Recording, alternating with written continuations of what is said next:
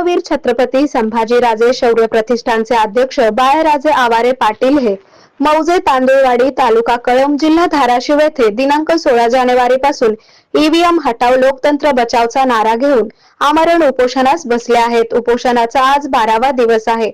मात्र राज्य निवडणूक आयोगाने त्यांच्या उपोषणाच्या संदर्भाने अजूनही गांभीर्याने पाहिलेले नाही। बाळराजे आवारे पाटील यांची प्रकृती खालावत चालली असून निवडणूक आयोगाच्या भूमिकेमुळे लोकातून संताप व्यक्त होत आहे। दरम्यान राज्य निवडणूक आयोगाने त्यांच्या या उपोषणाची गांभीर्याने दखल न घेतल्यास नजीकच्या काळात उग्र स्वरूपाचे आंदोलन उभारण्याचा इशारा प्रतिष्ठानचे मराठवाडा संपर्क प्रमुख अण्णासाहेब जाधव, मराठवाडा सचिव साई पाटील, परभणीचे जिल्हा अध्यक्ष विशाल कुठे, महिला प्रदेशाध्यक्ष राजश्री उमरे पाटील तसेच हिमानी मोहळ, तांदुळवाडीचे उपसरपंच महावीर डिकले, पुष्पक देशमुख, अमोल रायगावकर, राम किदर, संभाजी आघाव, ॲडव्होकेट प्रणव डिकले आदींनी दिला आहे।